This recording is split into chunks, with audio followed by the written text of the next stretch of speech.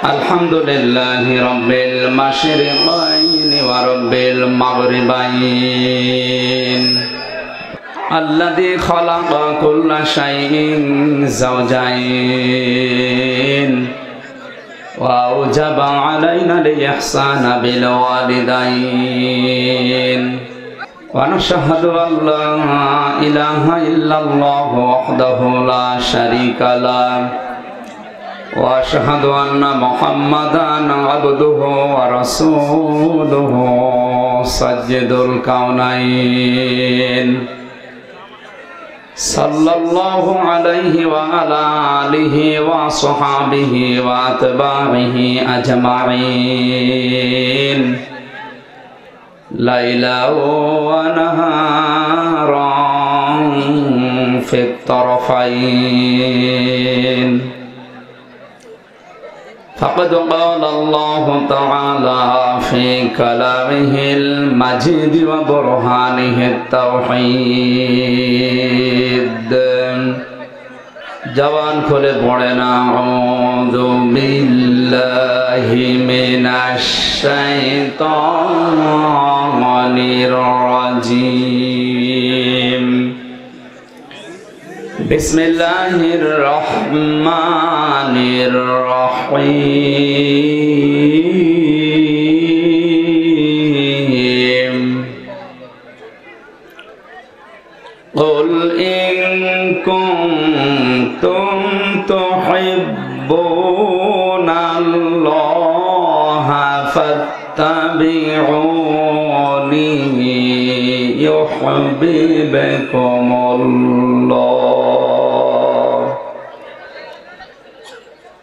فاتبعوني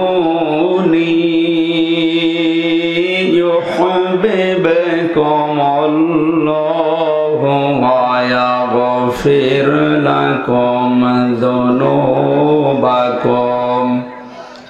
الله غفور رحيم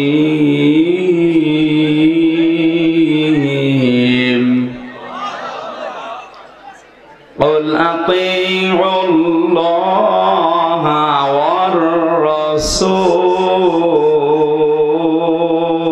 والرسول فإن تولوا فإن الله لا يحب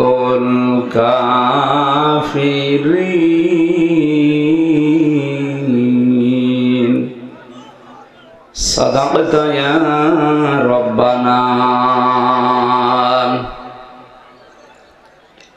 عن عبد الله بن مسعود رضي الله تعالى عنه قال قال النبي صلى الله عليه وسلم من أحب لله وأبغض لله وأطاع لله ومنع لله فقد استكمل الإيمان رواه البخاري وقال تعالى في شان حبيبي وما زادهم إلا إيمانا وتسليما اللهم صل على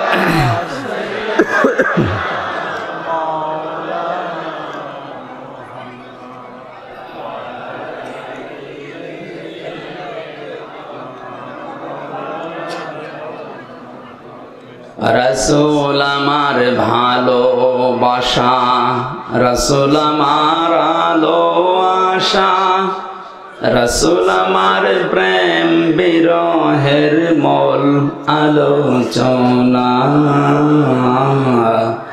রসুল আমার কাজে কর্মের অনুপ্রেরণা আলহামদুলিল্লাহ বাংলাদেশের ঐতিহ্যবাহী জেলা ফেনী সদর থানার অন্তর্গত তালিমুল কোরআন নুরানি মডেল হিফজ মাদ্রাসার উদ্যোগে ষষ্ঠ বাৎসরিক ঐতিহাসিক তাফসিরুল কোরআন মাহফিলের স্বনামধন্য সভাপতি অত্র এলাকার সর্বজন শ্রদ্ধাভাজন ব্যক্তিত্ব বিশিষ্ট ব্যবসায়ী জনাব দিদারুল আলম ভূঁইয়া,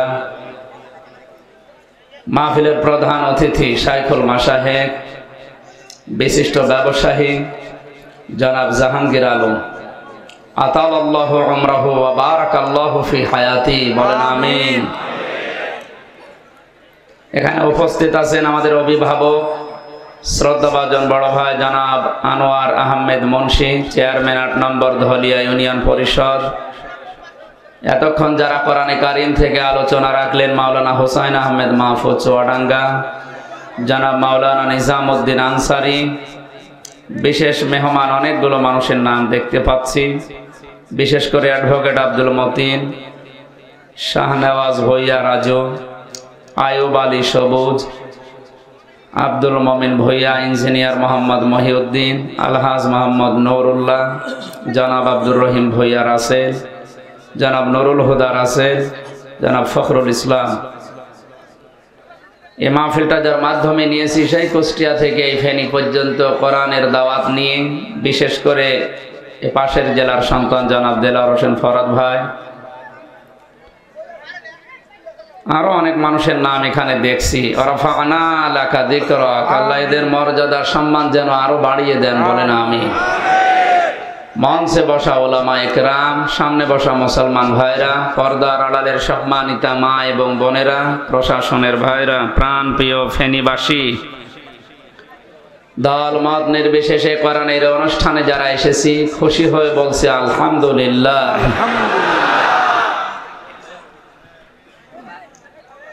এখনো এরা কথা বন্ধ করেনি না?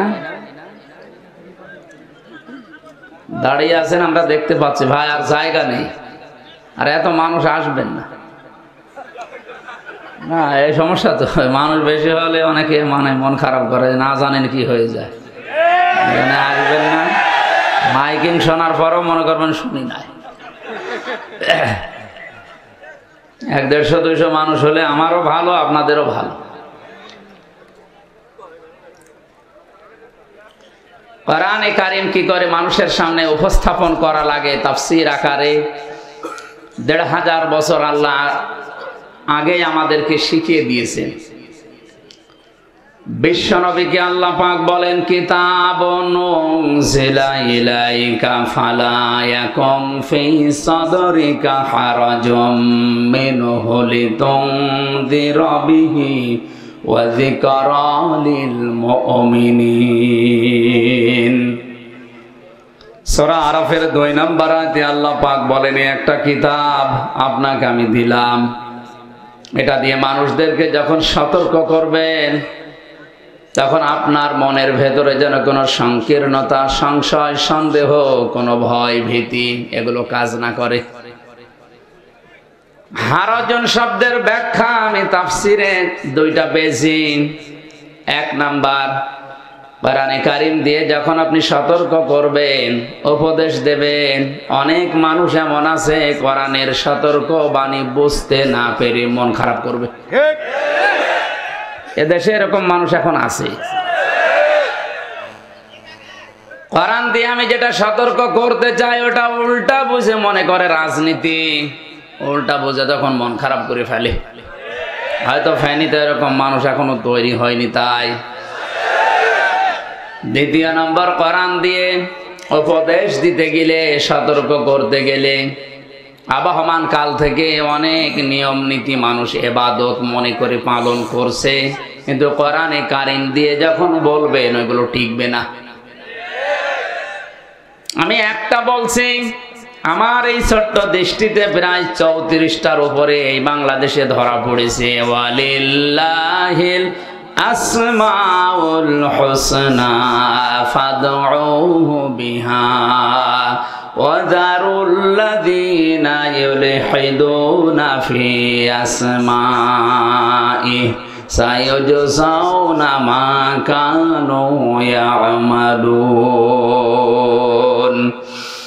সূরা আরাফ 9 নম্বর পারার 13 নম্বর পৃষ্ঠার 4 নম্বর লাইনের 180 নম্বর আয়াতে আছে, আল্লাহ পাক বলেন, আমি আল্লাহর বহু নাম আছে সুন্দর সুন্দর, যে নামে পারো ডাকো, কিন্তু সাবধান, আমার নাম যারা ইলহাদ করে, পরিবর্ধন করে, উলট পালট করে ডাকে, তাদের সাথে মিলে তোমরা ডাকবা না।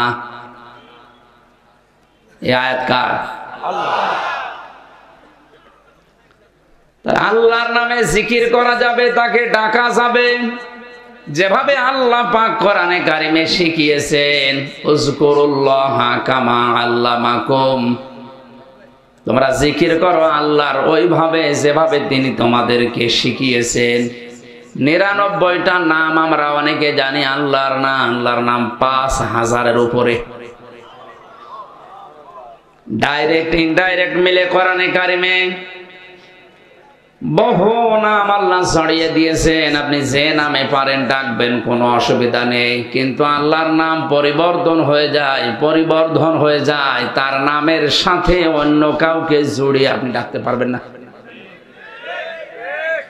এই যে তাকে ডাকার সাথে সাথে অন্য কাউকে জুড়িয়ে দিতে পারবেন না, কোথায় আছে এটা?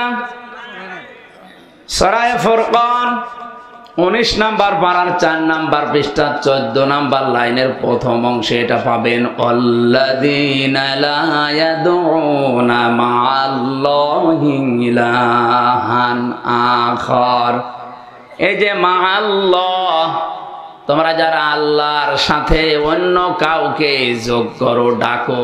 অনেকে আল্লাহকে ডাকছে, পাশাপাশি আল্লাহর নামের সাথে অন্য নাম যোগ করে ডাকে, ইয়া আলী বাবা, শাহ আলী বাবা। আর এগুলো ফেনী, কুমিল্লা, ব্রাহ্মণবাড়িয়া এই অঞ্চলে বেশি। অনেকে ইবাদত মনে করে কাজ করে। কোরআনে কারিমের তাফসীর করতে গেলে এগুলো টিকবে না, আল্লাহ জানে। হে নবী, আপনি যখন কোরআনের তাফসীর করবেন ওই নিয়ম নীতিগুলো সব উল্টিয়ে যাবে। যারা দাওয়াত দিয়েছিল আপনাকে, কথা বলার জন্য নিয়ে এসেছিল, এই মানুষগুলো তখন মন খারাপ করবে। আমার মনে হয় যে ২টা ব্যাখ্যা বললাম বাংলাদেশের জন্য এখন খাপের খাপ। কথা বলেন না, একদম মিলে যাচ্ছে না। তাফসীর করতে গেলে অনেকের কাছে রাজনীতি মনে হয়, না বুঝে মন খারাপ করে। অথচ কোরআনে কারিমের যে নিয়ম নীতি দিয়ে রাজনীতি করার কথা, ওইটা বাদ দিয়ে যদি কেউ রাজনীতি করে, ওইটা তখন দুর্নীতি হয়ে যায়। দ্বিতীয় নম্বর, আবহমান কাল থেকে অনেক নিয়ম নীতি, বিশেষ করে বাংলাদেশ, ভারত আর পাকিস্তান, এই ৩টা দেশে মানুষ ইবাদত মনে করে চালায়। আর এর পেছনে কিছু ভণ্ড পীররা রয়েছে। একটা হাদিস বলছি, 15 সেকেন্ডে খুব খেয়াল করেন। তিরমিজি শরীফের হাদিস। বিশ্বনবী বলেন, যারা দ্বীনের ভেতরে নতুন কিছু আবিষ্কার করে ইবাদত মনে করে চালিয়ে দেয়, এটা হচ্ছে বেদাত। এটা বেদাত, আরো জোরে বেদাত। যারা দুনিয়ায় করবে, বুঝে হোক না বুঝে হোক। অনেকে মনে করে যে আমি বুঝি না তাই করি। আপনি বোঝেন না কেন? এটা আপনার অপরাধ। বিশেষ করে আমাদের এই দেশে কারা যেন ছড়িয়েছে যে জানি না তাই মানি না, কোনো অসুবিধা নেই, বলতে পারবো আল্লাহর কাছে যে আল্লাহ জানতাম না। এটা শয়তান। কারণ ইসলামের কোন বিধান জানাও ফরজ, মানাও ফরজ। এই কথা বলে না কেন? আপনি জানেন একটা ফরজ আদায় হয়ে গেছে, মানেন না, আর একটা ফরজ আদায় হয়নি, এর জন্য আপনার গুনাহ হবে। আপনি জানেন না কেন? আপনি জানেন না, এটা আপনার অপরাধ। অপরাধ করলে কি হয়? আরো জোরে বলেন। এই জন্য আপনি যে জানেন না, এই দোহাই দিয়ে আপনি বাঁচতে পারবেন না। অনেক মানুষ ছড়িয়ে দিয়েছে যে জানার নাম ইসলাম না, মানার নাম ইসলাম। এটা আর একটা শয়তানি। আরে ভাই, আপনি যদি নাই জানেন তে মানবেন কি? এজন্য পৃথিবীর কোন ফরজ আল্লাহ সর্বপ্রথম নবীজিকে দেননি যে নামাজ পড়েন, রোজা রাখেন, হজ করেন না। সর্বপ্রথম আল্লাহ ফরজ দিয়েছেন ইকরা, পড়েন। এক কথা বলেন না কেন? ইকরা শব্দের অভিধান দেখবেন, ইকরা মানে পড়ো, ইকরা মানে বোঝো, ইকরা মানে আমল করো, ইকরা মানে ওই জ্ঞানটা মানুষের কাছে ছড়িয়ে দাও। বিশ্বনবীকে জিবরাইল যেদিন সর্বপ্রথম এসে দেখা দিয়ে বলেছিলেন, বলেন ইকরা, 3 বার তিনি বলার পর উনি পড়েননি, বলেছিলেন মা আনা বিকারি, আমি পড়তে জানি না। আলেম যারা আছেন তাদেরকে বলছি 3 বার কেন বললেন আমি জানি না। চতুর্থবার যখন তাকে বুকের উপরে চাপ দিয়ে ফেরেশতা জিবরাইল বলেছে, ইকরা বিসমি রাব্বিকাল্লাযী খালাক, পড়েন আপনার রবের নামে যিনি আপনাকে বানিয়েছেন। এবার বিশ্বনবী প্রশ্ন করেছিলেন, জিবরাইল এই কথাটা আগে বললে না কেন? আমি তো এতক্ষণে আশায় ছিলাম যে আমি পড়বো কার নামে, আমি কি পড়া শুরু করব, এতক্ষণ তো বলনি। যতক্ষণ তুমি বললে যে বিসমি রাব্বিকাল্লাযী খালাক, ওই রবের নামে পড়েন যিনি আপনাকে বানিয়েছে, আমার আর কোনো দ্বিধা দ্বন্দ্ব নেই, কোনো ভয় নেই, কোনো সংশয় নেই। আমি এবার পড়তে আরম্ভ করলাম। এক টানে তিনি জিবরাইলের সাথে 5টা আয়াত পড়েছিলেন। শিক্ষা কি আয়াতের?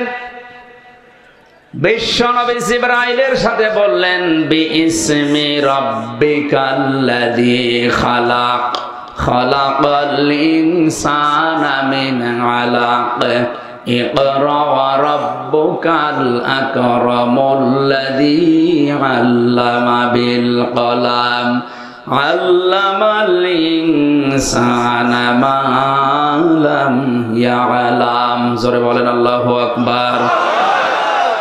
বুখারী শরীফের এই হাদিসটা দিয়ে আমাদের জন্য যেটা শিক্ষা, খেয়াল করে নেবেন, নবীজি যতক্ষণ পর্যন্ত আল্লাহর নাম পাননি ততক্ষণ পড়া শুরু করেননি। তাহলে আমাদের উম্মত হিসাবে উনি শিক্ষা দিয়েছিলেন নবুয়ত পাওয়ার দিন, যে উম্মতেরা দুনিয়াতে পড়া যদি শুরু করো, এমনিতে শুরু করবা না, যতক্ষণ আল্লাহর নাম না আসবে পড়া শুরু হবে না। আসতে বলেন। সুতরাং ৯৬% মুসলমানের এই দেশে শিক্ষা ব্যবস্থায় যারা আছে, আমাদের জননী প্রধানমন্ত্রী শেখ হাসিনা থেকে শুরু করে যারা দায়িত্বে আছে, আমরা বলতে চাই ৯৬% মুসলমানের দেশে শিক্ষা ব্যবস্থা শুরু করা দরকার আল্লাহর নাম নিয়ে। এ দাবিতে আছেন কারা দেখি? লিল্লাহি তাকবীর।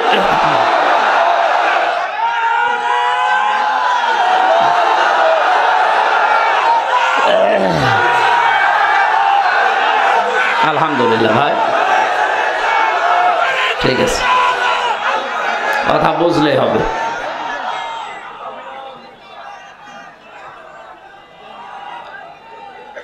রবের নামে পড়া আরম্ভ করলে মানুষ মানুষ হয়। রব বাদ দিয়ে পৃথিবীর অন্য কারো কিছু নামে যদি মানুষ পড়ে, শিক্ষা অর্জন করবে, মানুষ বেঈমান হয়। আমি বাস্তবে চোখে দেখেছি, অজু করছে শিক্ষকে, ছাত্র পায়ে পানি ঢেলে দিচ্ছে।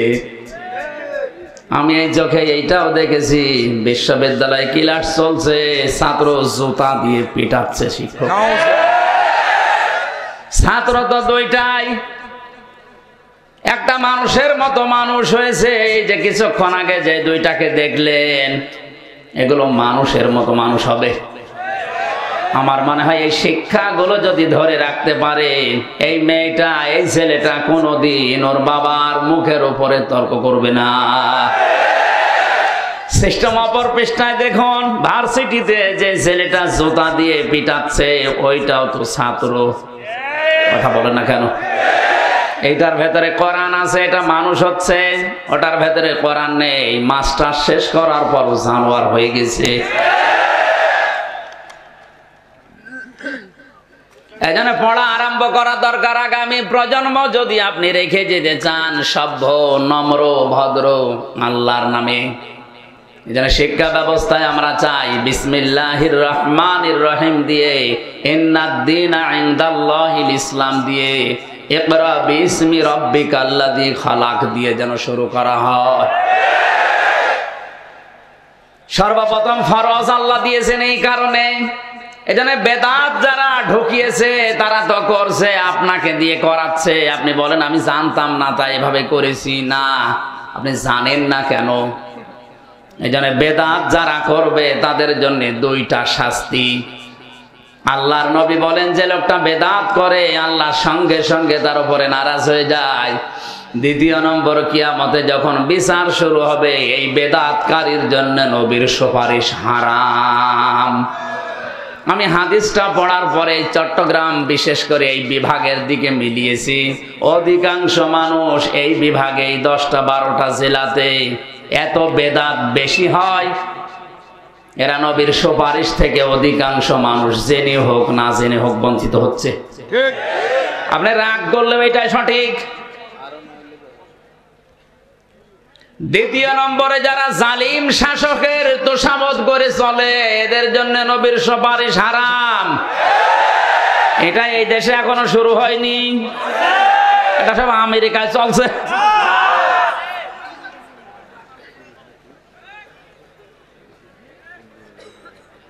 এই জন্য হারাজন শব্দের যে ব্যাখ্যাটা বলেছিলাম, আমার মনে ভয় ভীতি সংশয় সন্দেহ কোনো কিছু যেন কাজ না করে।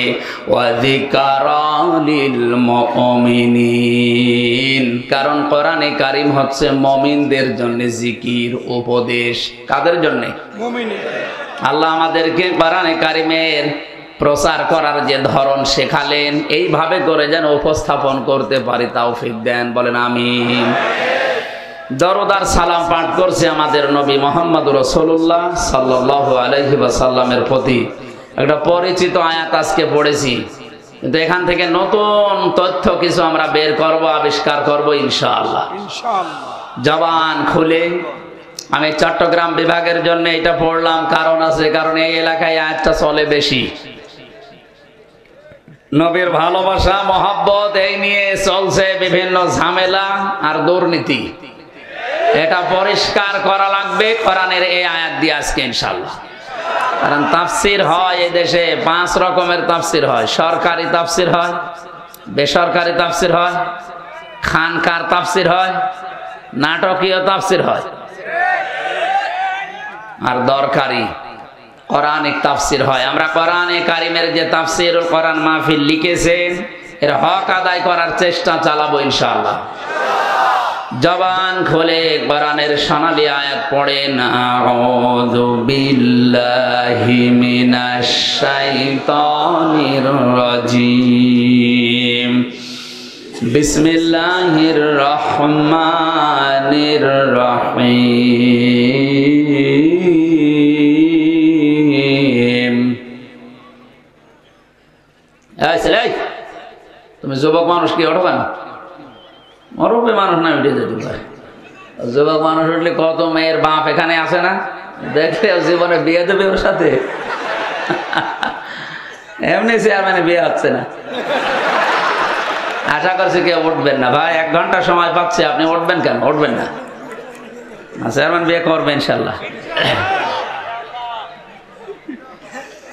قل إن كنتم تحبون الله فاتبعوني يحببكم الله ويغفر لكم ذنوبكم والله غفور رحيم। সূরা আলে ইমরান। কোন সূরা? 200টা আয়াত আছে, 20টা রুকু আছে। 3 নাম্বার রুকুর প্রথম আয়াতটা আমরা পড়লাম। মদিনায় আল্লাহ নাজিল করেছেন, একটা বংশের নামে এত বড় সূরা আল্লাহ কোরআনে কারিমে দিয়েছেন। কত মর্যাদা সম্পন্ন বংশ এটা। আমার ওইটা বিষয় না, আমার বোঝানোর বিষয় এখানে 2টা শব্দ নিয়ে। একটা হচ্ছে ফাত্তাবিউনি, আর একটা ইয়াগফির লাকুম যুনুবাকুম। আমরা এই 2টা শব্দ সামনে রেখে তাফসীর করার চেষ্টা চালাচ্ছি। আল্লাহ পাক বলেন, নবী আপনি বলুন, ইন কুনতুম তুহিব্বুনাল্লাহ, তোমরা যারা দাবি করো আল্লাহ আমি তোমাদেরকে বা আমি তোমাকে ভালোবাসি, এ দাবি আমাদের আছে না? আমরা দলমত যাই করি না কেন, এক বাক্যে মুসলিম হিসাবে স্বীকার করি আল্লাহ তোমাকে আমরা ভালোবাসি।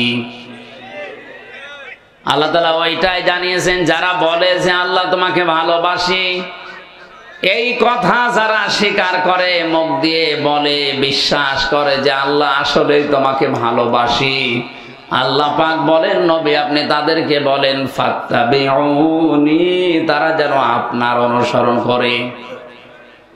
এখানে আলেম যারা আছে তাদেরকে আমি জিজ্ঞাসা করছি, এখানে হাব্বন শব্দ আছে না তাবউন?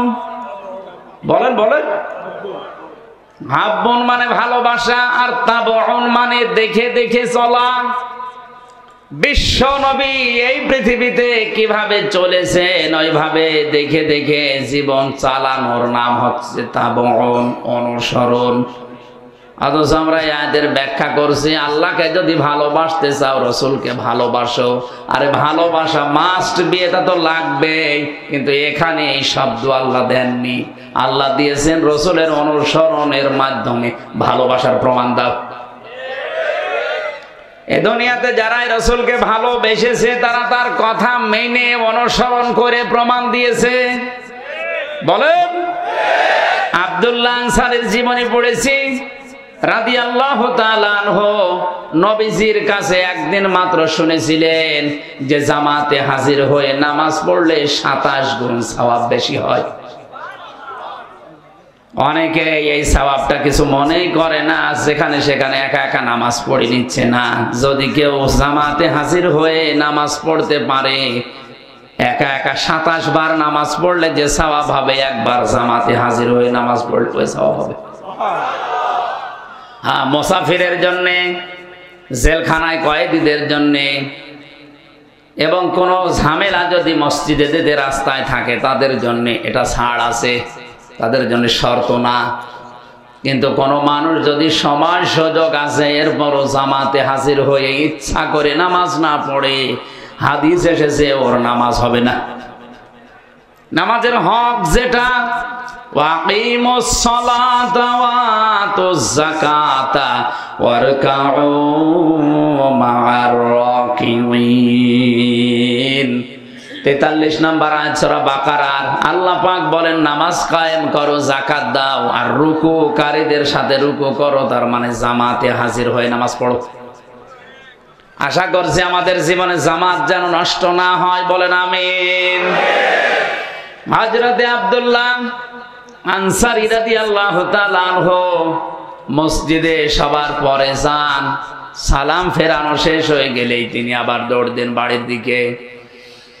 3 দিন হযরতে ওমর দৃশ্যটা লক্ষ্য করে নবীজির কাছে নালিশ দিলেন, হে রাসূল, এ আব্দুল্লাহ আনসারী বারবার নামাজে আসে ঠিক, সবার পেছনে আসে, নামাজ সালাম ফেরানো শেষ হয়ে গেলেই দৌড় দেয়।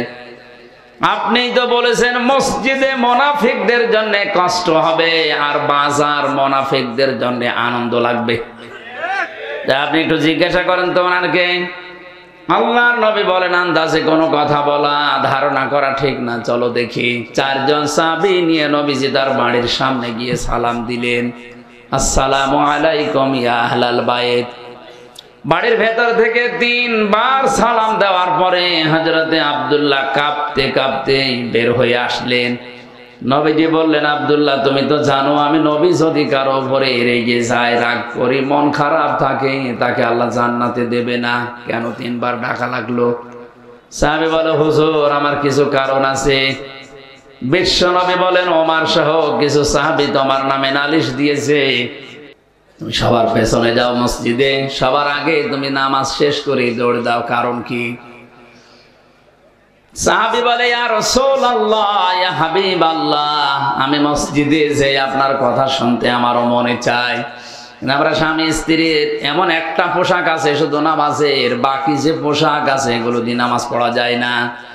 এই জন্য আমার স্ত্রীকে ঘরের মাঝে পাশে একটা গর্ত করে ওখানে আমি রেখে যাই। নামাজটা শেষ করার পরে আমার মনে হয় শুধু নিজে বাঁচলে হবে না, হালকেও বাঁচাতে হবে। তাড়াতাড়ি করে নামাজ শেষ করে চলে আসি, ওই পোশাকটা স্ত্রীকে দিয়ে বাকি যে ছেঁড়া ছেঁড়া পোশাক আছে ওইগুলো নিয়ে আমি গর্তের ভেতরে বসে থাকি যতক্ষণ আমার স্ত্রীর নামাজ চলে। আপনি যখন প্রথম এসে ডাক দিয়েছেন তখন আমার স্ত্রীর নামাজে দাঁড়িয়ে, আমি তো জিজ্ঞাসাও করতে পারছি না যে শেষ করে দাও তাড়াতাড়ি, কারণ কথা বলছে কার সাথে? নামাজে দাঁড়ালে মানুষ কথা বলে, বিশ্বাস করেন সরাসরি আল্লাহর সাথে। নবীজি বলেন, সাহাবী তুমি জিজ্ঞাসা করলে ফাসজুদু ওয়াক্তারিব, যে মানুষ কখন আল্লাহর নিকটে হয়ে যায়? যখন মানুষ সেজদা যায় নামাজে, ওই সময় আল্লাহর মাঝে আর বান্দার মাঝে কোনো পর্দা থাকে না। আমার স্ত্রী আল্লাহর সাথে ওদিকে কথা বলছে, আর আপনি আমাকে ডাক দিয়েছেন, আমি এখন কি করব? দ্বিতীয়বার সালাম দিলেন, তখনও পর্যন্ত নামাজের শেষ হয়নি। তৃতীয়বার যখন সালাম দিয়েছেন, সঙ্গে সঙ্গেও আমার কাপড়টা ছেড়ে দিয়ে গর্তে প্রবেশ করেছে। এই দেখেন, এখনো ভালোভাবে কাপড় পরতেও পারি নাই, জলদি করে চলে এসেছি, আমারে মাফ করেন। নবীজি কেঁদে ফেললেন, পাশে যারা দাঁড়িয়ে আছে সবাই কাঁদতেছে। বিশ্ব নবী বলেন, এত কষ্টে আছো, এরপরও তুমি জামাত ত্যাগ করো না। উঠানের দিকে তাকিয়ে দেখলেন একটা শিশু বাচ্চাকে 8-10 বছর বয়স হবে, শিকল দিয়ে চেন দিয়ে বেঁধে রেখেছে গাছের সাথে। নবীজি বললেন, তোমার কথা শুনে আমার ভালো লেগেছে, কিন্তু বাচ্চার উপরে জুলুম করো কেন? সাহাবী বলে, ইয়া রাসূলুল্লাহ, এই বাচ্চাটা আমার। ওই যে একটা খেজুর গাছ দেখতে পাচ্ছেন বাঁকা, ওটা আমার না, ওটা ইহুদির বাগানের। বাঁকা হয়ে আমার উঠানের উপরে এসেছে, পাকা খেজুর ওখান থেকে পড়ে। এই কারণে আমার ছেলেটাকে আমি বেঁধে রাখি, কারণ আমি কর্মজীবনে বাইরে গেলে আমার স্ত্রী ছোটাছুটি করতে পারে না। ছোট মানুষ না বুঝে ইহুদির বাগানের খেজুর খেয়ে ফেলবে। আমি আপনার মুখে শুনেছি, লা তাদখুলুল জান্নাতা জাসাদুন গুজিয়া বিল হারাম। ওই শরীর জান্নাতে যাচ্ছে না, যাবে না। তাদখুল মজারে, বর্তমান, ভবিষ্যৎ, প্রেজেন্ট, ফিউচার। জান্নাতে ওই শরীর যাচ্ছে না, যাবে না, কখনোই যাওয়া সম্ভব না। জাসাদুন গুজিয়া বিল হারাম, যার এই 3.5 হাত বডি হারাম দিয়ে লালিত পালিত হয়। আমি আপনার মুখে এটাও শুনেছি, কারো জিনিস না বলে নেওয়া, না বলে খাওয়া, এর নাম চুরি। এর নাম চুরি। আরো জোরে বলেন। আপনার এই কথাগুলো আমার মাঝে মাঝেই মনে হয়। এ কারণে আমার সন্তান না বলে ইহুদির বাগানের খেজুর খাওয়া, তার মানে চুরি করে খাওয়া হবে।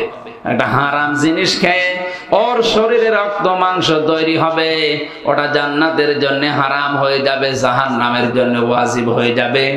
এই কারণে ছেলেটাকে আমার কষ্ট হয়, বেঁধে রাখি যতক্ষণ আমি কর্মজীবনে থাকি। ফেনীবাসী, এই হাদিস শুধু শোনা না, বাস্তবে নিজের জীবনের সাথে প্র্যাকটিক্যাল লাইফে একটু মিলান তো।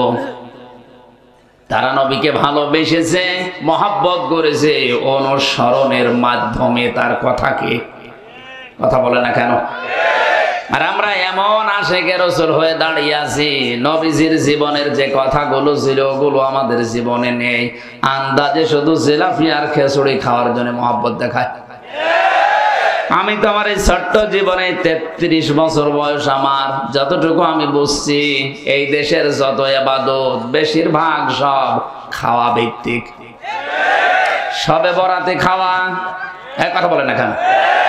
সবে মেরাজে খাওয়া, লাইলাতুল কদরে খাওয়া, দুই ঈদে খাওয়া, মানুষ মরে গেলে খাওয়া, জন্মদিনে খাওয়া, মৃত্যুদিনে খাওয়া ছাড়া কি আছে? আর আমি যা দেখছি এই দেশের মুসলমান, বিশেষ করে এখানে আর ভারতে, আমি যতগুলো রাজ্যে ঘুরলাম, এই দুইটা দেশের মুসলমানেরা অন্য কিছু যদি নাও জানে, কি করে খাওয়া লাগে এটা জানে।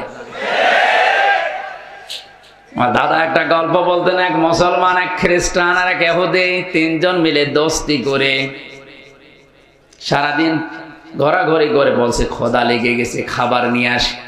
দোকান থেকে পাউরুটি নিয়ে এসেছে। মুসলমান বলছে আমরা ভাগ করে খেয়ে নেই। ভাগ করে খাওয়ার পরে একটা রুটি বেঁচে আছে। ইহুদি খ্রিস্টান বলে এখন তো খেলাম, বাকিটা রেখে দেন, পরে যখন খোদা লাগবে খাওয়া যাবে। মুসলমান বলছে কোনো অসুবিধা নেই, এই গাছের নিচে আমরা সবাই ঘুমিয়ে পড়ি, ঘুমের ভেতরে যে আশ্চর্য স্বপ্ন দেখবে সে ওই রুটি খাবে। ঠিক আছে, সবাই ঘুমায়, ওর তো ঘুম আসে না।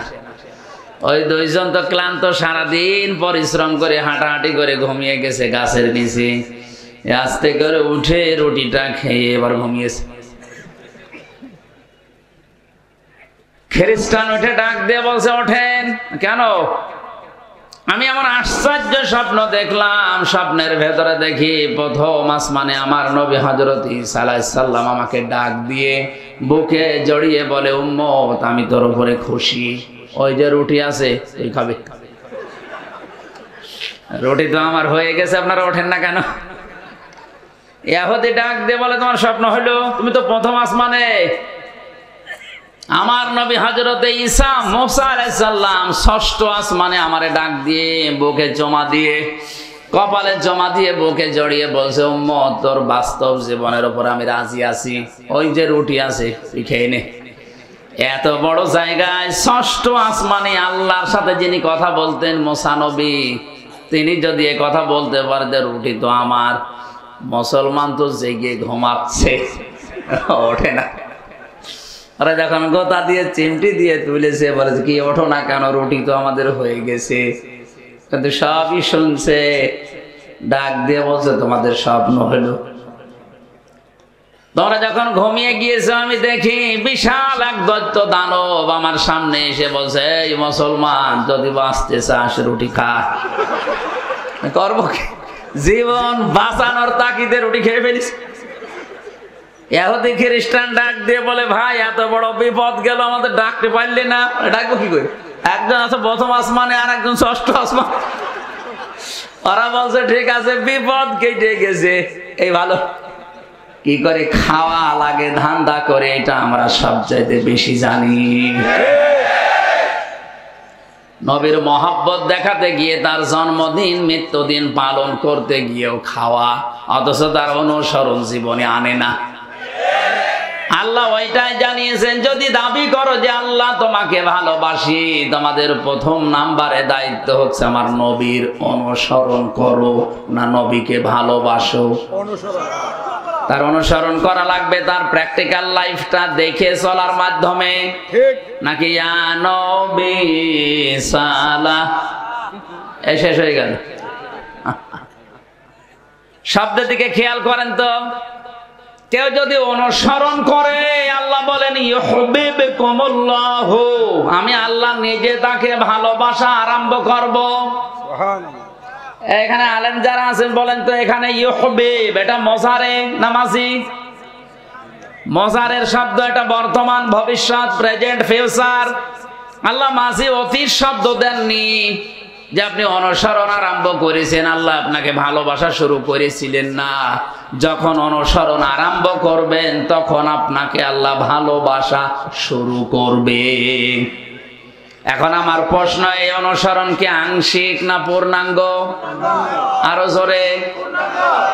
আংশিক অনুসরণ যারা করেছিল তাদেরকে আল্লাহ ভালোবাসেনি, তাদেরকে আল্লাহ মাফও করেনি, জান্নাতেও দেয়নি। এই কথা বলেন এখন। তার বাস্তব উদাহরণ নবীর দুই চাচা আবু তালেব আর আবু লাহাব। এ দুইজন নবীকে অনুসরণ করেনি কিন্তু ভালোবেসেছিল। এত ভালোবাসা দিয়েছিল, আবু তালেব নিজের সন্তান আলীকে কাছে রাখতো না, রাতের বেলা এতিম মোহাম্মদ ভাতিজা তারে রাখতো কাছে। সারাটা জীবন আগলিয়ে রেখেছিল। হাদিসটা যদিও দুর্বল, আমি শিক্ষার জন্য বলছি, খেয়াল করেন। কিয়ামতের ময়দানে এই আবু তালেবের পায়ের নিচে জাহান্নামের দুইটা ফিতা লাগিয়ে দেবে, এটা আমরা জানি কিনা? মাথার মগজ পর্যন্ত টকবক করে ফুটবে। হাদিসের ব্যাখ্যায় আমি দেখেছি, ওর পুরা শরীরের কোন জায়গায় জাহান্নামের আগুন লাগবে না, শুধুমাত্র পায়ে। কোথায়? আরো জোরে বলেন। পায়ে লাগবে। এই কারণে, কারণ ওর শরীরের সব জায়গায় নবীর শরীর টাচ হয়েছিল। কোন সময় চোমা দিয়েছে, কোন সময় মাথায় নিয়েছে, কোন সময় মুখে নিয়েছে, বুকে নিয়েছে, পিঠে নিয়েছে, কিন্তু পায়ের কাছে কোনোদিন রাখে নাই।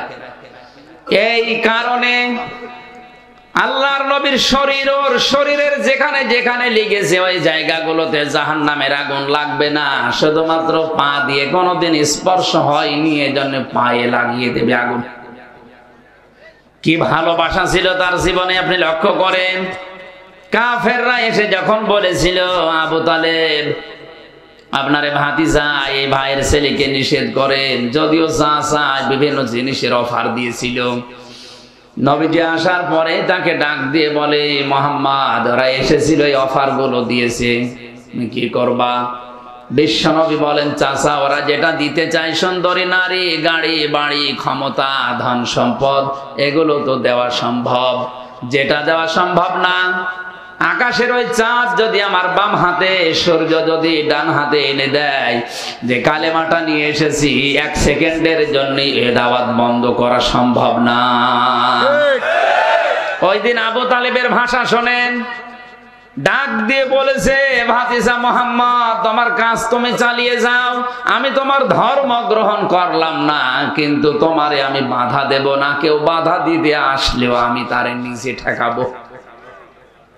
আপনি যে ভূমিকাও রাখতে পারেন না, এত কঠোর অবস্থায় ছিল আবু তালেব, এরকম ভয়ঙ্কর মুহূর্তেও ছিল তার পেছনে।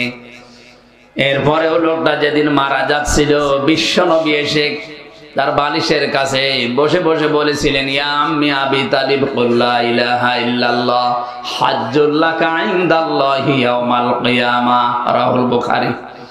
হে চাচা, জোরে বলা লাগবে না, শুধু আমার কানের কাছে মুখ নিয়ে আস্তে করে বলেন, লা ইলাহা ইল্লাল্লাহ।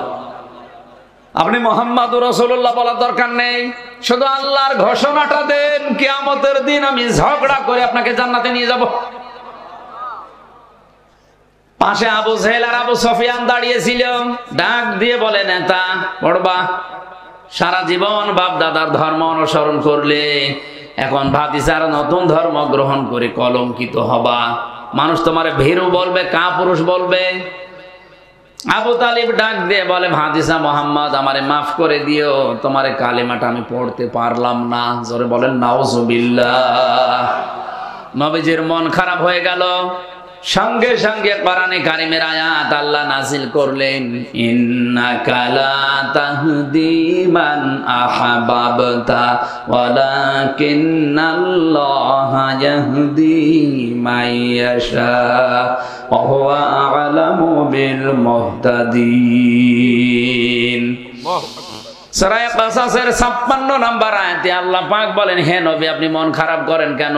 হেদায়েত তো আপনার হাতে দেয়নি যে যাকে ইচ্ছা তাকে দিয়ে দেবেন। এই লোকটা আপনার চাচা, আমি জানি, সারা জীবন আপনাকে ভালোবাসা দিয়েছে, বুকে আগলিয়ে রেখেছে, কোলে পিঠে নিয়ে মানুষ করেছে, আমি দেখেছি, কিন্তু লোকটা আপনার অনুসরণ করে নাই। এজন্য আমি আল্লাহ ওকে মাফও করি নাই। হেদায়েত কে পাবে ওটা আপনার চাইতে আমি আল্লাহ ভালো জানি। এরপরেও নবীজি ওর কবরের পাশে দাঁড়িয়ে দুহাত তুলে দোয়া করেছে, রব্বুল আলামিন, তুমি আমার চাচা আবু তালেবকে মাফ করে দাও, কারণ তার যে শ্রম, তার যে কষ্ট আমার জীবনে আমি তো দেখেছি, তুমি আমার চাচাকে মাফ করে দাও। সঙ্গে সঙ্গে জিবরাইল এসে বলে, হে নবী, হাত নামান। কার জন্য হাত তুলেছেন?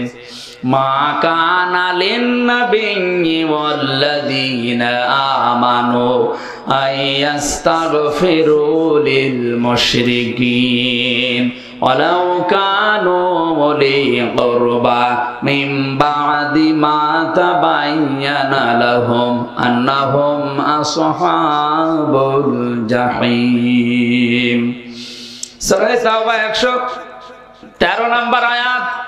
আল্লাহ পাক বলেন, হে নবী, হাত নামান। কার জন্য হাত তুলেছেন? এ লোকটা আপনার চাচা, এটা তো আমি জানি, আপনাকে সারা জীবন ভালোবেসেছি, আমি দেখেছি, কিন্তু লোকটা তো মুশরিক। লোকটা কি? মুশরিক।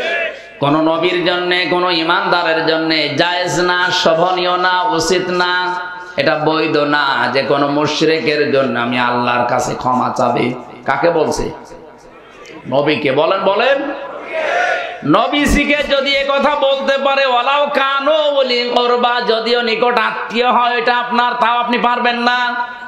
অথচ বাংলাদেশে টাটকা মুশরিক মরে যায়, আমরা দোয়া করে জান্নাতে দিয়ে আসি, মনে হয় কন্ট্রাক্টর নিয়েছে। আর ওরাও পাগল, ওরা মনে করে না এত বড় হুজুর দোয়া করছে, আল্লাহ জান্নাত দেবে। নবীর হাত আল্লাহ ফেরত দিচ্ছে, আমির হামজার হাতের উপর বাড়ি মারবে না? কি বিশ্বাসে আরে আছে এই মানুষগুলো? এত ভালোবাসা সারা জীবন দেওয়ার পরে নবীজির হাত যদি আল্লাহ ফেরত দেয়, চাচা মুশরিক, আর টাটকা মুশরিক মরে যায়। 14টা গরু জবাই করে আমরা দোয়া করে জান্নাতে দিয়ে আসছি। জান্নাত আমার বাবার নাকি? এই ধোঁকা দিয়ে বোকা বানিয়ে রেখেছে অনেককে। এটা থেকে বেরিয়ে আসেন। ভালোবাসা দিয়ে যদি জান্নাত পাওয়া যেত, আবু তালেবকে জান্নাত দেওয়া লাগতো। ঠিক। ওর অনুসরণ ছিল না, কি ছিল না? অনুসরণ। আর একজন চাচার নাম আমরা জানি আবু লাহাব। এই লোকটা এত ভালোবেসেছিল নবীর জন্মের সময়, বিশ্ব নবীর জন্মের দিন ওর নিজের টাকায় ক্রয় করা বাদী দাসী সোয়াইবিয়া এসে ডাক দিয়ে বলেছে, মালিক আপনার মরা ভাই আব্দুল্লাহর একটা সন্তান হয়েছে। আবু লাহাব ডাক দিয়ে বলে, দেখো জীবনে কোনোদিন তুমি আমার কথার অবাধ্য হয়ে বাড়ির বাইরে যাওনি, আজকে কোথায় গিয়েছিলে? যেই বলেছে আপনার মরা ভাই আব্দুল্লাহ, সে যদি থাকতো বেঁচে আজ অনেক খুশি হতো, সে যেহেতু নেই। আমি তো দৌড়িয়ে গিয়েছিলাম আমিনার ঘরে, তার একটা চাঁদের মতো ফুটফুটে সন্তান এসেছে, এই খবরটা আপনাকে আমি দেওয়ার জন্য দৌড়িয়ে এসেছি।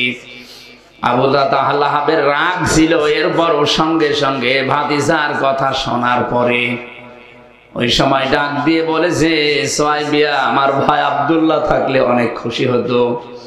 ভাই যখন নেই, আমি তো এই ছেলেটার চাচা, এত খুশির সংবাদ আমারে দিলে, এই দুইটা আঙ্গুল দিয়ে বলেছিল তোরে আমি মুক্ত করে দিলাম, যা তোর আর আমার বাড়িতে কাজ করা লাগবে না।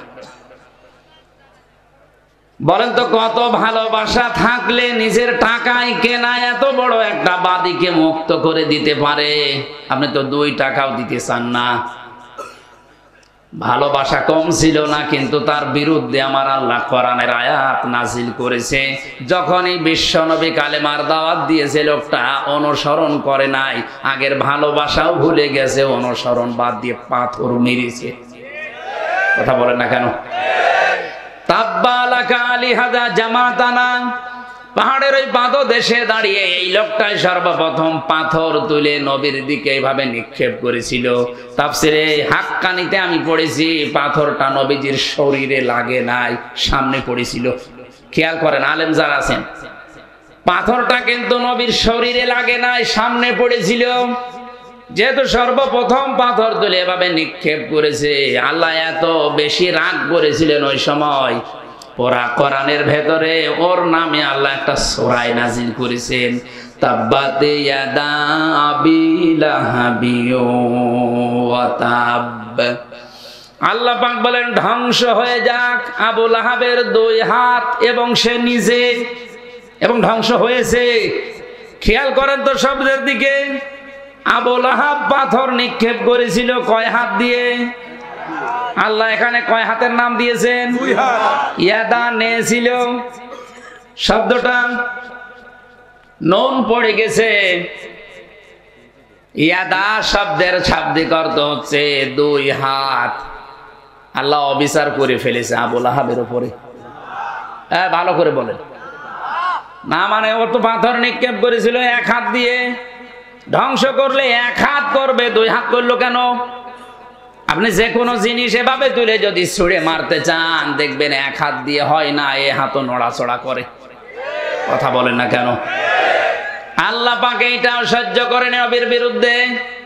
এ হাত দিয়ে যদিও পাথর মেরেছে, পাথরটা শরীরে না লেগে সামনে পড়েছিল, কিন্তু এই হাত কিছুই করে নাই, শুধু নড়াচড়া করে সাপোর্ট দিয়েছে। এই জন্য এই হাতও আল্লাহ ধ্বংস করে দিয়েছে। আজ বিশ্বে যারা বিশ্ব নবী এবং তার আলেমদের বিরুদ্ধে এই হাত, ক্ষমতার হাত, সম্পদের হাত ব্যবহার করছেন, আর পেছন দরজা দিয়ে বাম হাতের মতো অনেকেই নাড়াচাড়া দিয়ে সাপোর্ট দিচ্ছেন। আমি নিচে নামলাম না, এরপরেও যদি না বোঝার ভান করে থাকেন, এদিকে আসেন। ওর যদি 2 হাতই ধ্বংস হয়ে যায়, আপনার কিছু থাকবে? ওর শুধু ধ্বংস হয়েছে তা না, মা গনা আনহু মালুহু ওয়া মা কাসাব। ও যা অর্জন করেছিল সম্পদ, ক্ষমতাও, কিন্তু মন্ত্রী ছিল, ওর কিচ্ছু কাজে আসে নাই নবীর বিরুদ্ধে অবস্থান নেওয়ার কারণে। ওর ভালোবাসা জীবনে কম ছিল? আরো জোরে বলেন। ও যে জাহান্নামে গেছে, আর কারো ফতোয়া লাগবে? এর পরবর্তী আয়াতে আল্লাহ বলেন, সায়াসলা নারাং যাতা লাহাব, অতি শীঘ্রই আমি আল্লাহ তাকে লেলিহান অগ্নিকুণ্ডে প্রবেশ করাবো। আল্লাহ যদি বলেন প্রবেশ করাবো, এখানে কোনো সন্দেহ। শুধু এতটুকু আল্লাহ শেষ করানি, আমরাতুহু, তার স্ত্রীকেও দেব। আমার প্রশ্ন হচ্ছে তার স্ত্রীর দোষটা কি? হ্যাঁ, স্ত্রীর দোষ ছিল এই তলে তলে বিশ্ব নবীকে অপমান করার জন্য এই উম্মে জামিল নামে এই মহিলা স্বামীকে পরামর্শ দিত আর গোতাতো বাড়ি থেকে, যে এটা করেন এটা করেন। আজ উম্মে জামিলের অনেক বোন আছে, অনেক খালা আছে, তারা নিজেরা হয়তো অভাবে আলেমদের বিরুদ্ধে লাগে না, বাড়ির লোকদেরকে খোঁচায় যে এটা করতে পারো না। উম্মে জামিলকে আল্লাহ যদি আয়াত নাযিল করে জাহান্নামী ঘোষণা দেয়, আপনিও জাহান্নামী যদি আলেমদের পেছনে এভাবে লেগে থাকেন। দুইজন চাচার কথা বললাম, দুইজনই শুধু ভালোবাসা ভালোবাসা ভালোবাসা, অনুসরণ ছিল না। দুইজনেই জাহান্নামী, দুইজনেই। আরো জোরে বলেন। সিস্টেম অপর পৃষ্ঠায় দেখুন, আরো দুইজন চাচার নাম আমরা জানি, একজন আব্বাস আর একজন হামজা রিদওয়ানুল্লাহি তাআলা আলাইহিম আজমাইন। তাদের জীবনে শুধু ভালোবাসা ছিল না, ভালোবাসতো তারা মাস্ট বি, পাশাপাশি তারা অনুসরণ করে দেখিয়েছে। হযরতে আব্বাস যে নবীর অনুসরণ করেছে তার বাস্তব প্রমাণ মুসলিম শরীফের হাদিস। عن عباس رضي الله تعالى عنه قال قال النبي صلى الله عليه وسلم من سقى طعم الإيمان من رضي بالله ربا وبإسلام دينا وبمحمد صلى الله عليه وسلم نبيا ورسولا رواه مسلم। হযরতে আব্বাস থেকে বর্ণিত, তিনি বলেন কেউ যদি ঈমানের স্বাদ পেতে চায় দুনিয়ায় তিনটা কাজ তাকে করা লাগবে। এক নম্বরে যে আল্লাহকে রব্বে খুশি আছে। এই হাদিসের প্রথম অংশ পড়ার পরে আমি যেটা বুঝি, বাংলাদেশের ৯৬% মুসলমান ঠিক আছে, কিন্তু ৬% মানুষও আল্লাহকে রব্বে খুশি নেই। এখন যদি বলেন এত বেশি ডিফারেন্স, হ্যাঁ এত বেশি ডিফারেন্স আপনি হিসাব করে দেখেন। আল্লাহকে রব্বে যারা খুশি, রবের অর্থ ১৯টা। এর প্রথম অর্থ রব মানে আইনদাতা। রব মানে আইনদাতা। আমি কি এগুলো বানাচ্ছি? না। রব মানে আইনদাতা, যিনি বানিয়েছে তার আইন চলবে, এইটাই ফাইনাল। অথচ ৫৩ বছর পার হয়ে গেল, এ দেশটা স্বাধীন হয়েছে, ৯৬% আমরা মুসলমান বাস করি, ওই রবের একটা আইনও আজও এদেশে কায়েম নেই। আপনি রবকে রব্বে খুশি আছেন কি করে? খালি মুখের কথা। আমার মাঝে মাঝে দাদা, আমার জেলখানায় থাকতে আমার দাদাটা মারা গেছে, অনেক কিছু গল্প বলতো শিক্ষামূলক। বলতো হামজা, এদেশে ৯৬% মুসলমান, ওটা শুধু আদমশুমারিতে আর ওই আগা কাটা আছে, তাছাড়া ৯৬% মুসলমান। ৫১% যদি মুসলমান বাংলাদেশে মান রাদিয়া বিল্লাহি রব্বা, এই হাদিস অনুযায়ী তৈরি হয়ে যায়, এই দেশে আল্লাহর আইন ছাড়া অন্য কিছু চলার কথা না। উদাহরণ দিতে গিয়ে বলতো, একজন গরিব মানুষ রিকশা চালায়, বহু কষ্ট করে ১ কেজি মাংস কিনেছে খাসির। বৌমাকে বলছে রান্না করো, আমি গোসল করে আসি। রান্না কমপ্লিট করে চিন্তা করছে দেখি কেমন লাগে, খেতে খেতে প্রায় সব খেয়ে ফেলিস। শ্বশুর এসে বলছে কই দাও, মূলা দিয়েছে আলু দিয়েছে কিন্তু গোশত দেয় না। ডাক দিয়ে বলছে কই আসল জিনিস? শ্বশুর আব্বা বলবো কি, আপনি যখন গোসল করতে গেলেন, আমি রান্না কমপ্লিট করার পরে ঢাকনা দিয়ে ঢেকে রেখে পানি আনতে গেছি, পানি এনে দেখি ওই যে দুষ্ট বিড়াল সব খেয়ে ফেলিস, আর নেই। শ্বশুর মনে মনে চিন্তা করছে ১ কেজি মাংস রান্না কমপ্লিট, ঢাকনা দিয়ে ঢেকে রেখেছে, পানি আনতে গেল কয় মিনিট লাগে, এর ভেতরে বিড়াল খেয়ে ফেললো। কি বিড়াল? পাশে তাকিয়ে দেখে মিউ মিউ করছে, চেপে ধরেছে। ৪ হাত পা রাইট করে রশি দিয়ে বেঁধেছে, দাড়ি পান লাইনে ওজন দিয়ে দেখে ১ কেজি। বলছে বৌমা, এটা যদি বিড়াল হয় তাহলে সে মাংস কই? কারণ এই বিড়াল যদি ১ কেজি মাংস খায়, ওজন হবে ২ কেজি। আর এটা যদি মাংস হয় তাহলে বিড়াল কই? ৯৬% মুসলমান, শুধু আদমশুমারি আর ওই মুসলমানি দেওয়া এই। আর এখন তো অনেকেই বিশেষ করে এই দেশে মুসলমানি দেওয়াকে এমন কায়দায় নিয়ে গেছে, এটা একটা ব্যবসা বানিয়েছে। 20 বছর ছেলের বয়স, মুসলমানি দেয় না। কি চাচা এত বড় ছেলে, টাকা পাবো কোথায়? টাকা নেই আমার, ওর এই জন্য মুসলমানি দেয় না। একটা ছেলে মুসলমানি দিতে কয় টাকা লাগে? হ্যাঁ, 1000 টাকা দিলে গোড়া থেকে কেটে বাদ দিয়ে 200 টাকা দিলে কেটে দেয় 1000, 5টা মুসলমান হয়ে যায়। মুসলমানি দিতে পারছে না, কারণ কি এখনো বন ভাষণ করবে, পিকনিক করবে, টাকা কালেকশন করবে। এই কারণে শেষ পর্যন্ত এনজিও ব্যারাক বিভিন্ন সংস্থার কাছে টাকা নেয় সুদে, 50,000 টাকা নিয়ে 3 দিন মাইকিং করছে যে আমার তাগড়া ছেলের মুসলমানি দিয়েছে। টাকা পয়সা তো কম ওঠে না, ভালো উঠেছে। সকালে 4 দোকানে বসে হাসতেছে, লোকজন বলে কি চাচা এত খুশি? বাবাজি জানতাম না যে ব্যবসায় এত লাভ, মনে হচ্ছে আমি আরেকবার দিই। কি ব্যবসা পেয়েছে, এইটার নাম মুসলমানি। এইটা কেটে দিলে যদি মানুষ মুসলমান হয়, তাহলে ছাগল কি? ছাগল মুসলমান না? আমি হাসির খোরাকি দেওয়ার জন্য বলি নাই। 96% মুসলমান আমরা দাবি করছি, সারা বিশ্বে আমাদেরকে নামে জানে, যেখানে মুসলমান 96%। অথচ মানজাকত আমাল ঈমান, আমরা ঈমানের স্বাদ পাই না, কারণ আল্লাহকে আমরা রব পেয়ে খুশি না।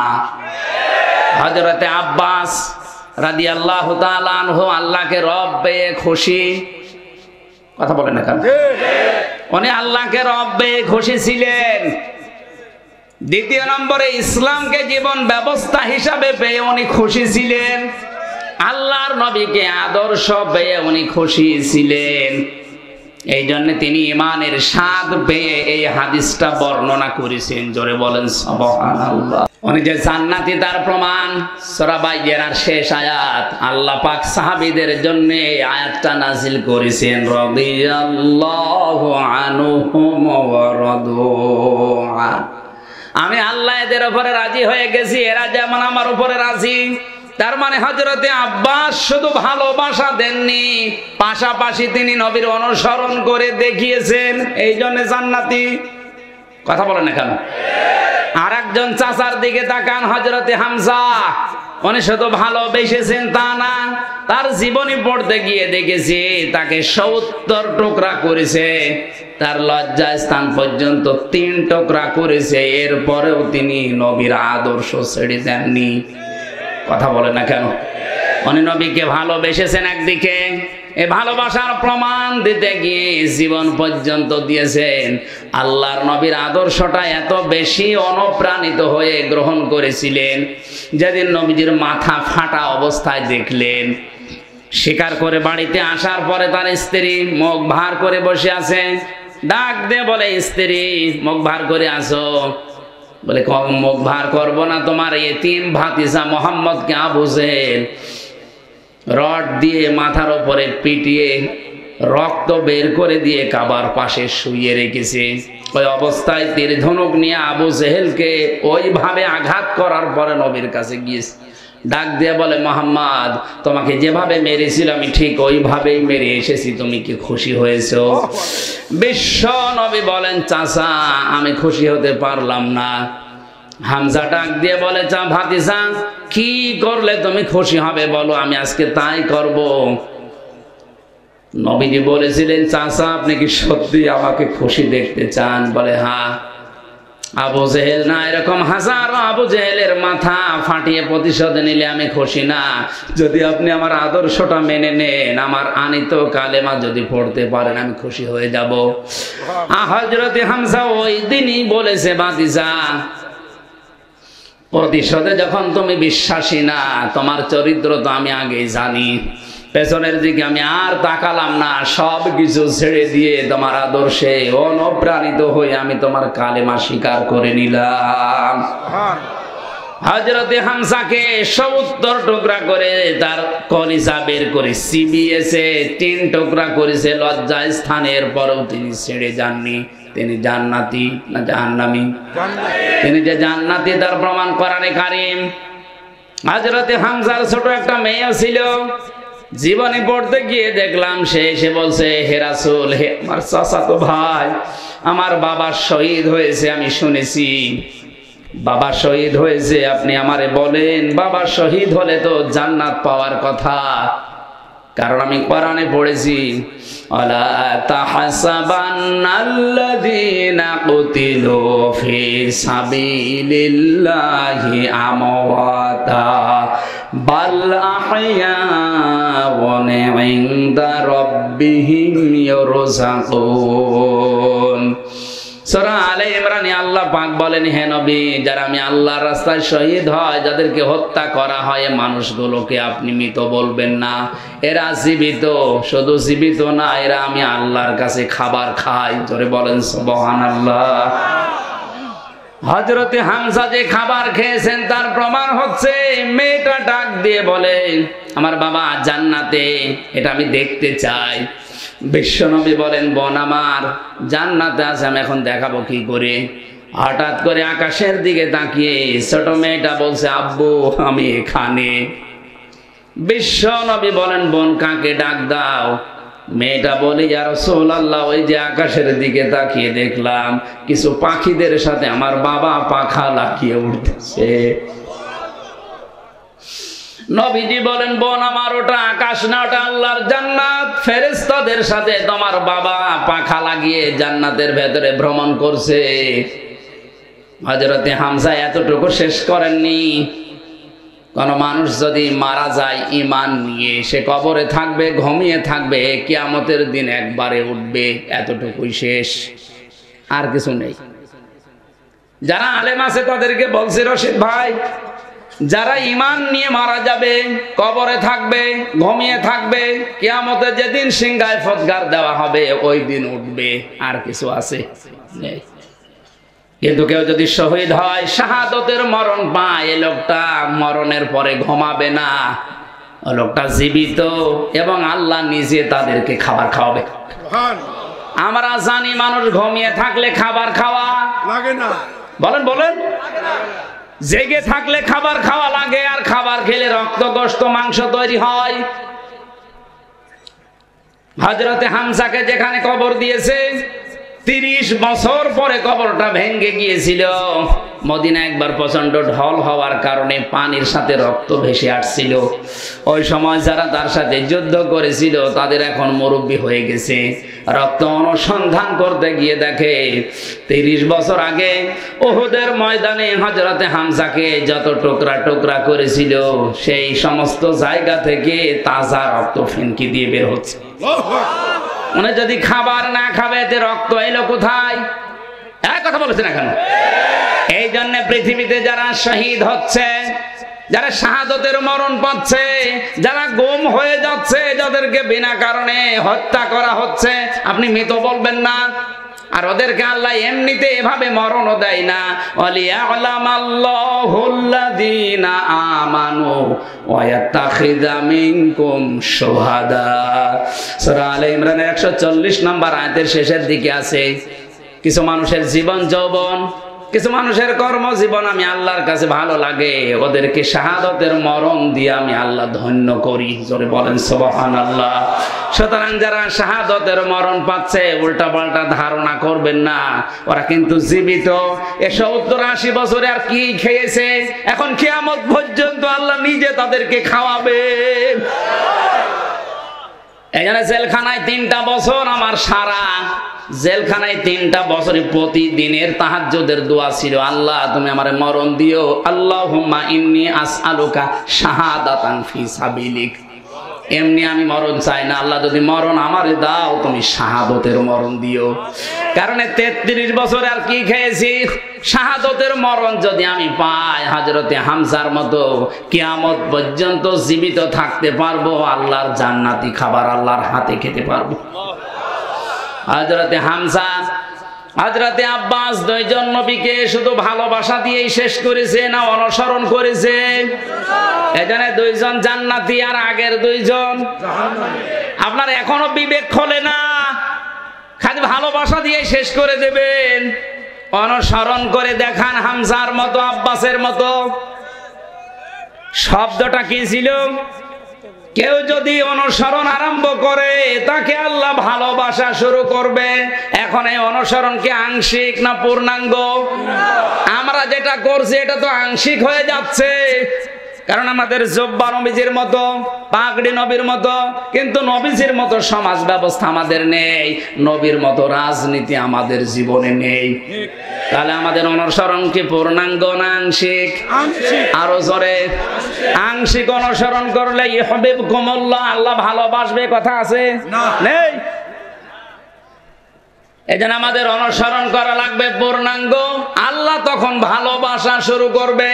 আয়াত পড়ার পরে আমার মনে হচ্ছে বাংলাদেশে হাজারো আলেম, হাজারো পীর, হাজারো মুসলমান শুধু আংশিক অনুসরণ করার কারণে এখনো আল্লাহর ভালোবাসা পাওয়া আরম্ভ করেনি। ওয়াগফির লাকুম যুনুবাকুম তো বাদ দিলাম, আল্লাহ মাফ করে দেবে, দিচ্ছে, দেবে তা না। যে অনুসরণ আরম্ভ করবেন আপনি পূর্ণাঙ্গ ভাবে সিদ্ধান্ত নিয়ে নেবেন যে এখন থেকে রান্নাঘর থেকে আন্তর্জাতিক জীবন পর্যন্ত সব জায়গায় আমি অনুসরণ আরম্ভ করলাম। আপনাকে তখন আল্লাহ ভালোবাসা শুরু করলে, আল্লাহ যদি কাউকে ভালোবাসে ওর জীবনের অপরাধ রাখে না। জাম্বন না দিয়ে যুনুবাকুম দিয়েছেন, সব গুনাহ আল্লাহ মাফ করে দেবে। জোরে বলেন সুবহানাল্লাহ। উনি যে মাফ করবে তার প্রমাণ ওনার এই দুইটা নাম, আল্লাহু গফুরুর রহিম। আল্লাহ পাক বলেন কুল আতিউল্লাহ ওয়ার রাসূল, নবী আপনি বলেন এই যে অনুসরণের কথা বললাম, এটা যদি কেউ করে আমি আল্লাহ এবং আমার রাসূলের, সেই লোকটাই কেবল আমি আল্লাহর দৃষ্টিতে ভালোবাসার পাত্র। ফাইন তাওয়াল্লাহ, কেউ যদি এই অনুসরণ না করে মুখ ফিরিয়ে নেয়, অহংকার করে, ফাইন্নাল্লাহা লা ইউহিব্বুল কাফিরিন, অবশ্যই আমি আল্লাহ কাফেরদের ভালোবাসি না। তার মানে যার ভালোবাসা আছে জীবনে অনুসরণ নেই সে কাফের। এই কথা বলে না কেন? আলেমকে জিজ্ঞাসা করেন, যারা শুধু ভালোবাসে অনুসরণ করে না এরা কাফের। তাছাড়া আল্লাহ ইউহিব্বুল কাফিরিন দিতেন না। ফাইন তাওয়াল্লাহ, যারা এই কথাগুলো শুনে মুখ ফিরিয়ে নেবে, ফা মানে অতঃপর, ফাইন্নাল্লাহা, তারা যেন জেনে রাখে অবশ্যই আমি আল্লাহ লা ইউহিব্বুল কাফিরিন, এই কাফেরদের ভালোবাসি না। তার মানে শুধু ভালোবাসা আব্বাস আবু তালেবের মতো, আবু লাহাবের মতো বাসবেন, অনুসরণ করবেন না আব্বাসের মতো, হামজার মতো, আপনি কাফের। আর কাফেরকে আল্লাহ ভালোবাসছে না, বাসবে না। আল্লাহ আমাদের হেফাজত করুন, বলেন আমিন। 12টা পর্যন্ত কথা বলি, 12টায় বাজে। আমিন আজ যদি সামনে কোনো জায়গায় আসে, আশপাশে ব্যাখ্যা পরের শব্দগুলো করবো ইনশাআল্লাহ। রব্বানা যালামনা আনফুসানা ওয়া ইল্লাম তাগফির লানা ওয়া তারহামনা লানাকুনান্না মিনাল খাসিরিন। রব্বুল আলামিন, ফেনী জেলার এই ময়দানের দিকে তাকিয়ে দেখো, হাজার হাজার বান্দা বান্দি কোরআনে কারীম রাত 12টা পার হয়ে গেছে, চাতক পাখির মতো তাকিয়ে আছে। তাফসীরুল কোরআন মাহফিলে যতটুকু বোঝার চেষ্টা চালিয়েছি আমরা, যতটুকু বুঝেছি, প্র্যাকটিক্যাল লাইফে আমল করার তৌফিক দাও। সওয়াব যদি দিয়েই থাকো, কোটি কোটি গুণে বাড়িয়ে নবীর রওজায় পৌঁছিয়ে দাও। তাম দুনিয়ার মাঠের নিচে যারা ঈমান নিয়ে ঘুমিয়ে গেল, আল্লাহ এদেরকে মাফ করে দাও। আল্লাহুম্মা লা তারুদ্দানা খায়বিন, আল্লাহুম্মা লা তারুদ্দানা খায়বিন, আল্লাহুম্মা লা তারুদ্দানা খায়বিন। তাহাজ্জুদের এই সময়ে হাত তুলে বসে আছি, একেবারে খালি হাতে ফেরত দিও না। মনের ভেতরে যার যে কামনা বাসনা আছে, আল্লাহ জায়েজ আশাগুলো পূর্ণ করে দাও। মাহফিলের সম্মানিত সভাপতি, মাহফিলের প্রধান অতিথি, বিশেষ অতিথি যারা এসেছেন, কোরআনের ইজ্জতে এদেরকে ওমরের মতো বানিয়ে দাও। সম্মানিত মা বোনেরা পর্দা আড়ালে বসে আছে, খাদিজার মতো, আয়েশার মতো জীবন তাদেরকে দান করো রব্বুল আলামিন। 3টা বছর অন্ধকার প্রকোষ্ঠে ছিলাম, বাইরে যখন তুমি বের করে দিয়েছো, আমার কণ্ঠটা তুমি আবার ফিরিয়ে দাও, আমার এলেম তুমি বাড়িয়ে দাও, আমার শরীরটা তুমি শেফায়ে কামেলা জেলা দান করো। সহজ সরল ভাষায় কোরআনের কথাগুলো তোমার বান্দা বান্দীদেরকে বলতে পারি অল্প সময়, সেই তৌফিক ভিক্ষা দাও। বারাকাল্লাহু লানা ওয়া লাকুম ফিল কোরআনিল আযীম। প্রশাসনের যে ভাইগুলো আজকের মাহফিলের জন্য সহযোগিতার হাত বাড়িয়েছে, বিভিন্ন কায়দায় যারা সাহায্য করেছে, কবুল করো। এই ফেনী জেলার মাটির নিচে যত মানুষ ঘুমিয়ে আছে আল্লাহ, এই মানুষগুলোকে মেহেরবানি করে কোরআনের ইজ্জতে কবর জান্নাত বানিয়ে দাও। আমার দেলাওয়ার হোসেন ফরাদ ভাই সহ মাওলানা মামুনুর রশিদ সহ নাম না জানা যত আলেম এখানে আছে আল্লাহ, আলেমদের মর্যাদা বাড়িয়ে দাও। আগামীতে এই মাহফিলটা কোরআনের ইজ্জতে বিশাল আকারে কবুল করে নাও। সুবহান রাব্বিকা রাব্বিল ইজ্জাতি আম্মা ইয়াসিফুন ওয়া সালামুন আলাল মুরসালিন। আল্লাহ তাআলা হুযায়ফা বিন আশরাফ রুহা নতুন একটা নাম দিয়েছে আল্লাহ, তুমি নামের বরকত তার জীবনে দান করো। মরণ কখন আসে আমরা জানি না, যখনই মরণ আসবে একবার হলেও যেন পড়ি লা ইলাহা ইল্লাল্লাহু মুহাম্মাদুর রাসূলুল্লাহ।